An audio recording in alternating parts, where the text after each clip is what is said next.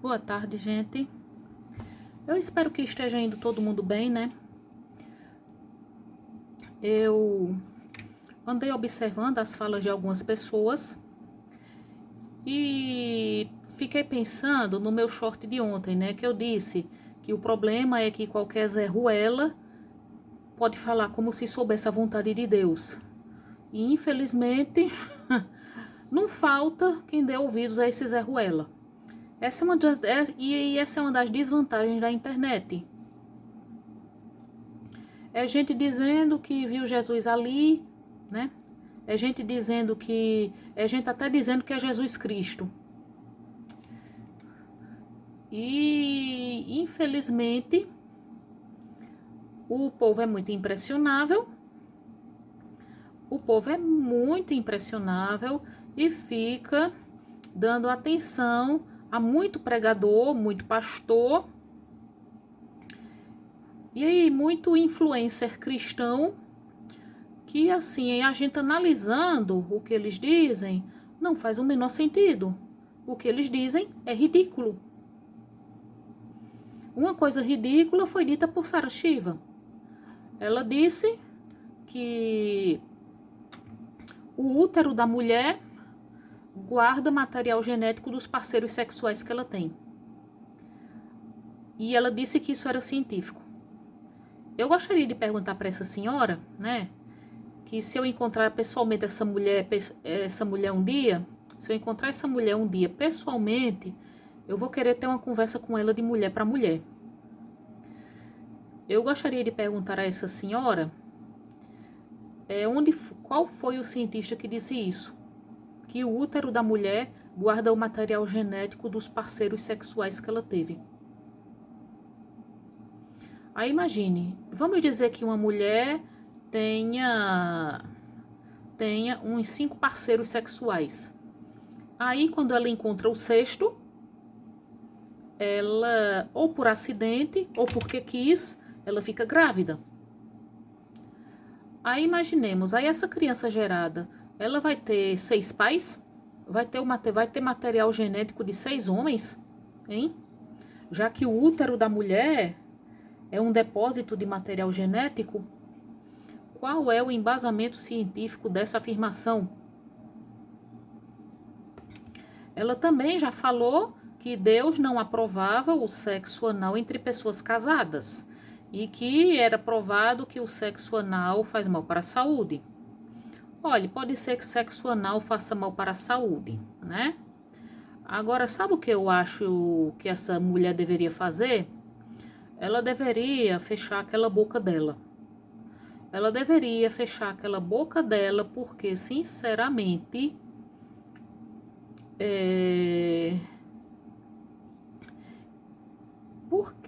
que tipo de pastora é essa que fica preocupada com o que as pessoas fazem entre 4 paredes?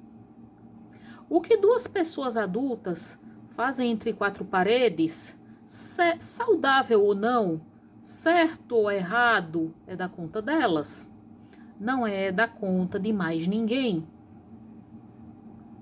Por favor, gente, tenha santa paciência. E pior ainda é essa mulher dizendo que já viu espíritos e poltergeists, né? Mas considerando que ela disse que viu o Espírito Santo sobre Bolsonaro, não era mais para haver mané acreditando no que ela diz, né? Não era para acreditar que ela já viu espíritos e poltergeists. E outra coisa também. O que as pessoas fazem entre 4 paredes é da conta delas. Se faz mal à saúde, então elas que arquem com as consequências. Olha, mesmo se eu ainda fosse evangélica, se eu fosse pastora, eu não iria usar a internet para dar essas declarações. Me preocupar com o que pessoas fazem entre 4 paredes. Ou dizer absurdos do tipo que o útero da mulher guarda o material genético de seus parceiros sexuais. É engraçado como essa gente toda moralista, né? Como essa gente toda moralista como essa gente toda certinha, conservadora, é obcecada com o que se faz entre quatro paredes, né? É obcecada com coisas como identidade de gênero, ideologia de gênero, com o que as pessoas fazem entre quatro paredes. Gente, isso é um povo obcecado assim com coisas assim tão da vida dos outros. É um povo obcecado demais com coisas assim íntimas da vida das pessoas. Como eu já vi um pastor que disse que a mulher tem que dar para o marido, mesmo que a mulher não esteja com vontade, e depois que ela não reclame se ele procurar outra. Eu acho demais. Eu acho demais mesmo. E o povo, agora é incrível como o povo é impressionável, né? Eu disse ontem que o problema não está em quem vende ilusão, mas em quem compra. Como eu vi num tal pastor Cláudio Duarte. Olhe, daquele eu tenho um ranço desgraçado. Aquele pastor, ele andou dando umas profetadas, né? Ninguém deveria acreditar nesses profetas. Aquele pastor, ele andou dizendo que não era para se votar na esquerda e que estava chegando o tempo em que as igrejas teriam que ser fechadas porque a igreja de Cristo seria perseguida. Mas como vemos, tal não aconteceu. Lula ganhou, mas tal não aconteceu. Todo mundo continua indo às igrejas, todo mundo continua frequentando os ritos de sua religião e ele, inclusive, continua dando palestras, pelas quais com certeza ele ganha muito dinheiro, né?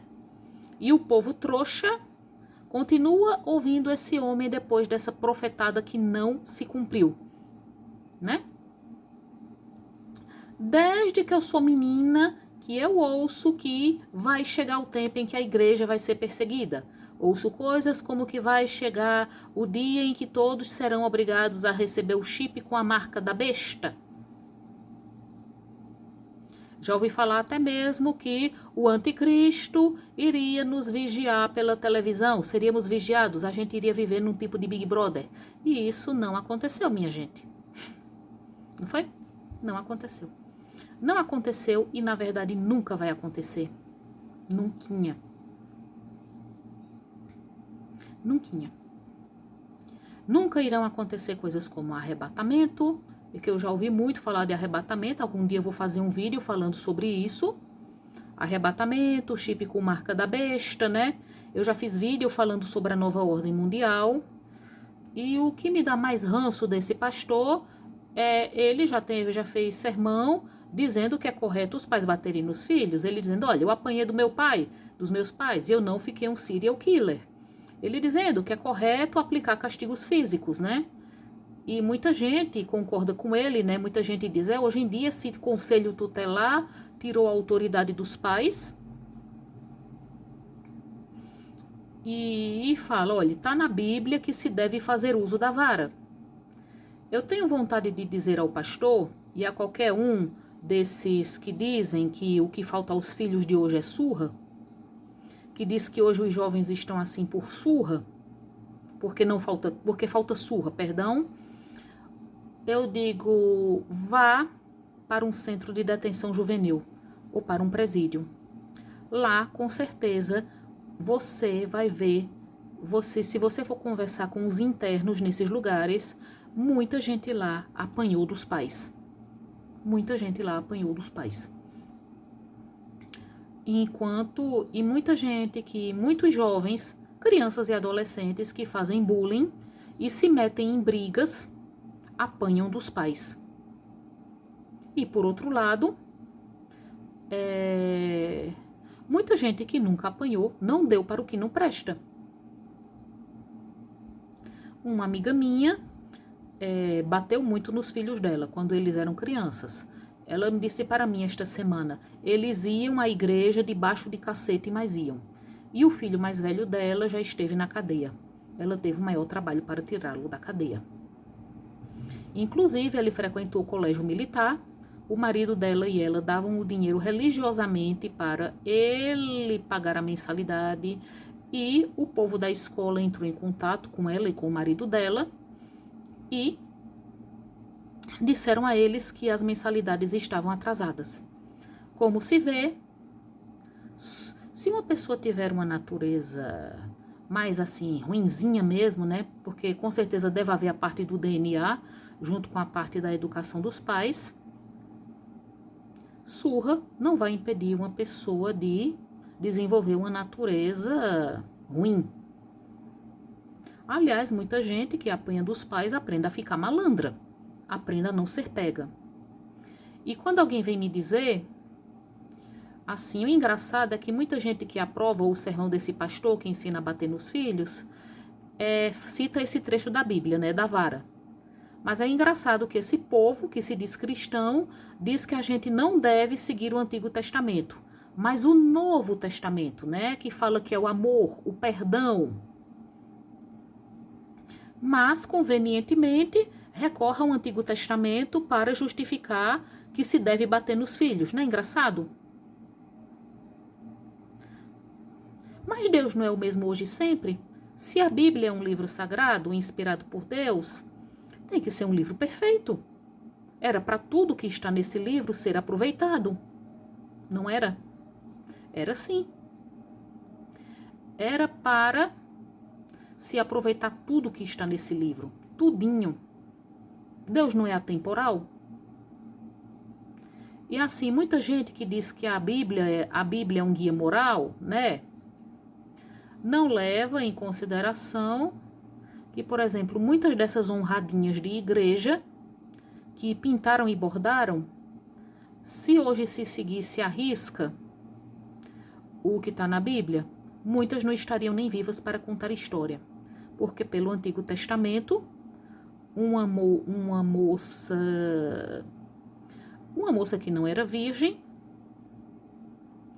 era para ser apedrejada até a morte. Então, muitas dessas honradinhas de igreja que pintaram e bordaram antes de se converter não estariam vivas e, inclusive, dando testemunho na igreja.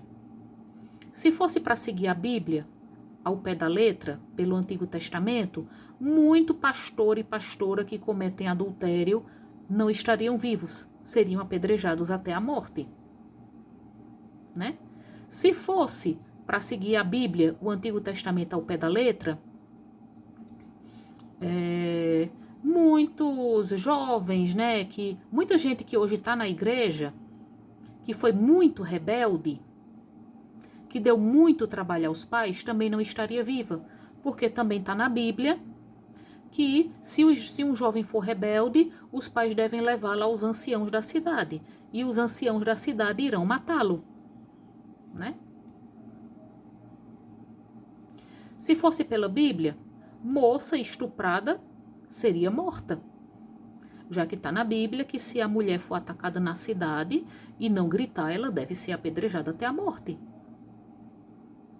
Se fosse pela Bíblia, ainda haveria escravidão, porque a Bíblia apoia a escravidão. Jojo Todinho, ela disse, né, assim, que respeitava a ancestralidade dela, mas que Deus a pôs livre. Engraçado que esse Deus a que ela se refere, supostamente inspirou um livro que apoia a escravidão. E não se deve esquecer que a Igreja Católica pregava que os negros não tinham alma. Não é? Enfim, por hoje é tudo, pessoal. Tenham todos uma excelente quinta-feira.